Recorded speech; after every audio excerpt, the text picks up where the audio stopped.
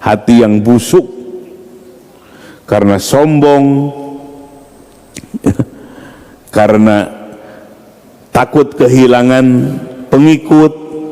Kalau ikut ke Nabi ya jadi umat lah, hilanglah jabatannya, hilanglah status sosialnya.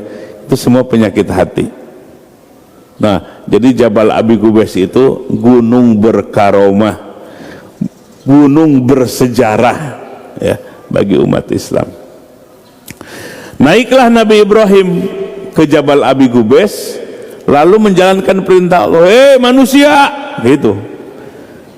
"Datanglah kemari ke Baitullah yang baru dibangun," dengan suara lantang atas perintah Allah. "Ya'tuka rijalan," setelah itu berdatangan kepada engkau rijalan yang berjalan kaki, yang dekat. "Wa ala kulli dhamirin," dan orang-orang yang menggunakan kendaraan onta domirin yang sampai kurus karena jauh. "Ya'tina min kulli fajjin amiq," datang dari penjuru bumi yang jauh. Nah sekarang nggak pakai onta, pakai pesawat Garuda, pakai pesawat Saudia. Itu gambaran benar-benar Allah yang menggerakkan manusia. Sampai sekarang dengan kebijakan kementerian baru haji, dipukul rata setiap daerah 25 tahun ngantrinya. Dulu Nabi Ibrahim, nggak mungkin orang dipanggil datang ke sini mau ngapain.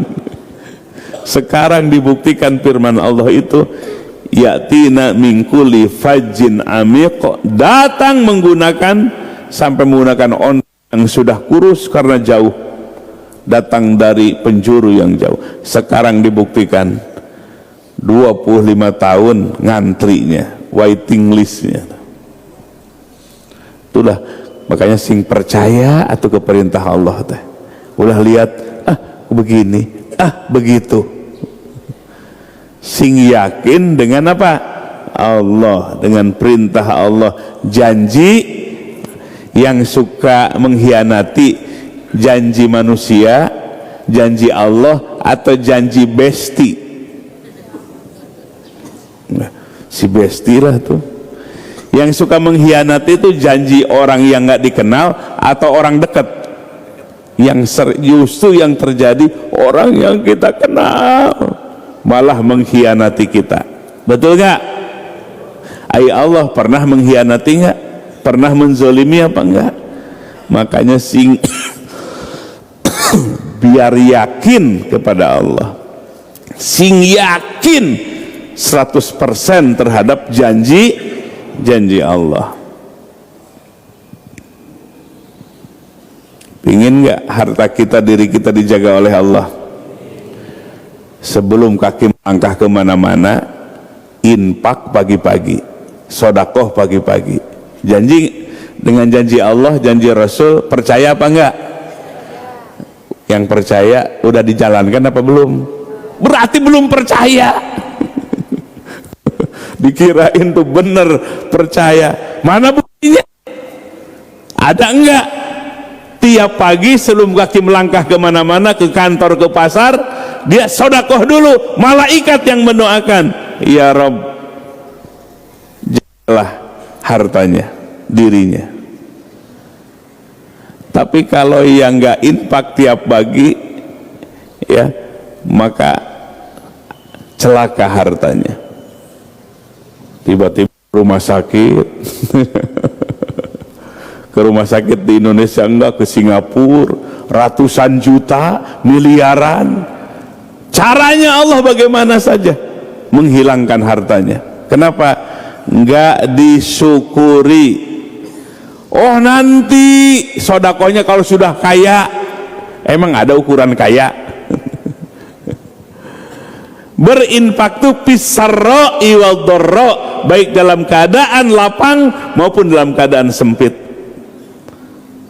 Jangan nunggu. Kalau nunggu kaya itu sinapsu namanya. Nunggu nanti kalau sudah berlimpah harta, baru saya akan sodakoh. Nah, jadi sing yakin, bahkan di atas yakin ada ainul yakin. Lah ini contohnya nih. Ini apa ini? Gelas apa muk? Muk. Isinya apa ini? Bolu kali. Kira-kira pantas gak ini isinya bolu? Oh nggak pantas. Jadi isinya apa? Air apa? Tuh mulai tebak-tebakan jadinya. Tebak-tebakan nggak? Pasti tebak-tebakan ini. Yakin nggak ini air? Walaupun nggak lihat. Kenapa bisa yakin ini air bukan bolu? Oh, menurut ilmu ini tempatnya apa? Kira-kira airnya air racun nggak ya? Masa buat penceramah air racun? Kurang ajar tuh panitia. Menurut logika kita, ilmu kita, pasti airnya yang bersih. Nah, yakin nggak? Yakin itu nggak dilihat tapi yakin. Kenapa yakin? Berdasarkan ilmu. Itu ajaran Islam. Bukan yakin aja, ikut-ikutan namanya. Yakin itu berdasarkan ilmu, baik dalil maupun akal sehat. Yakin nggak Allah ada? Yakin. Tuh lihat ciptaannya, siapa yang ngaku bisa menciptakan gunung, bumi, langit? Kedua, dengan dalil, Allah yang menciptakan langit dan bumi. Nah ini juga sama. Yakin ini air bolu kali? Enggak. Masih sosis. Jadi apa ini? Cukup yakin di situ. Dalam ilmu tasawuf itu ilmu tauhid. Naik lagi belajar ilmu ihsan, ilmu tasawuf, ada di atas yakin, namanya ainul yakin. Oh dilihat, yang diyakini walaupun nggak lihat, sekarang dilihat, namanya ainul yakin. Hati bukan mata, hati yang musyahadah. Ternyata di atas yakin ada ilmu tertinggi, hakul.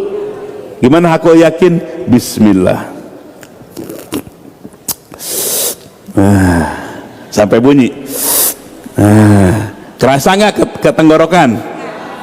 Kerasa nggak ke tenggorokan? Kenapa nggak kerasa? Nonton. Coba minum. Tuh, itu namanya hakul yakin. Surga tuh dirasakan, makanya semangat ibadahnya. Janji Allah yang diyakini sampai ke hakul yakin dirasakan. Dirasakan oleh apa? Hati yang suci, hati yang bersih, hati yang ikhlas, tidak ada penyakit hati. Baru bisa hakul yakin kepada yang gaib. Ya. Mudah-mudahan sampai hakul yakin. Yakin, ainul yakin, hakul. Makanya dulu kenapa para sahabat sampai perintah perang pun mereka ridho menerimanya. Ya, seperti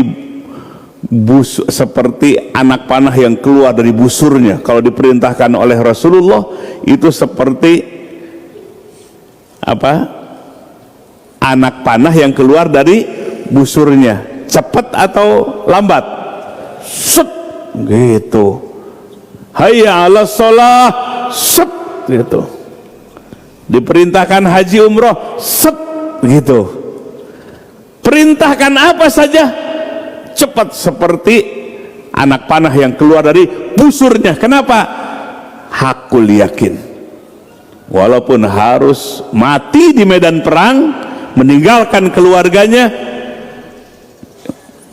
mereka menjalankannya. Kenapa? Imannya sudah, keyakinannya sudah naik. Ya, bahkan ada seorang sahabat di pagi harinya akad nikah, siangnya genderang perang. milih ikut perang milih ikut perang daripada malam pertamanya, ikut perang di front di depan, ya, membunuh musuh Allah sampai dia terbunuh. Maka Allah saksikan oleh para sahabat ruhnya dijemput oleh para malaikat dan bidadari dari surga. Ternyata keyakinan terhadap janji Allahnya sudah hakul yakin. Nah, kita ini umat pingin bangkit, tapi iman gak diurus, hati gak diurus. Gimana? Majunya hanya dunianya saja, tapi hatinya kotor, imannya tidak naik, keyakinannya tidak naik levelnya. Maka urus hatinya supaya imannya, keyakinannya meningkat. Dari situlah nanti akan semangat berjihad di jalan, baik dengan dirinya seperti sholat, puasa, baik dengan hartanya seperti umroh atau infak, sodakoh, wakaf, seperti itu. Di situ pergerakan Islam dari kolbu terlebih dahulu, sebab manusia tergantung hatinya. Ada hati yang kotor, kotorlah perilakunya. Ada hati yang bersih, bersih dan baiklah perilaku dan tindakannya. La ilaha illallah.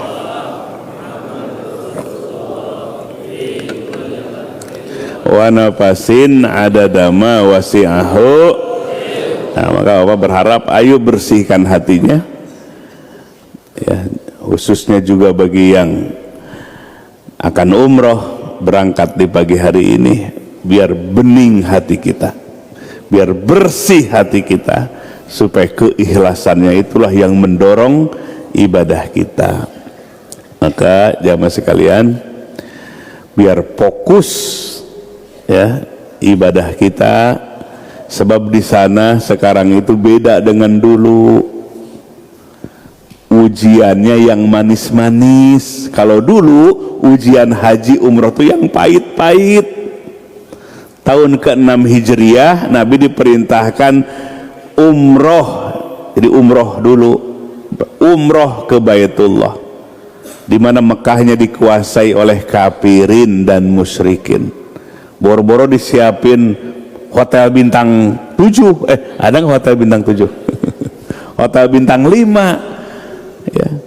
Justru dihadapkan oleh musuh. Tuh umroh yang pertama tahun ke-6 Hijriah, resikonya mati umroh itu dulu di masa Nabi. Sekarang ujian umrohnya yang manis-manis. Hotel bintang 5 pasti panggil azan, aduh betah di hotel bintang 5. Jadi nggak ke masjid, mau pergi ke masjid, mall, makanan, pakaian, emas di mana-mana. Atuh lebih rajin tawafnya di mall daripada tawaf di Ka'bah. Jadi yang manis-manis ujiannya ibadah sekarang, ibadah umroh tuh. Yang manis, fasilitas, ya.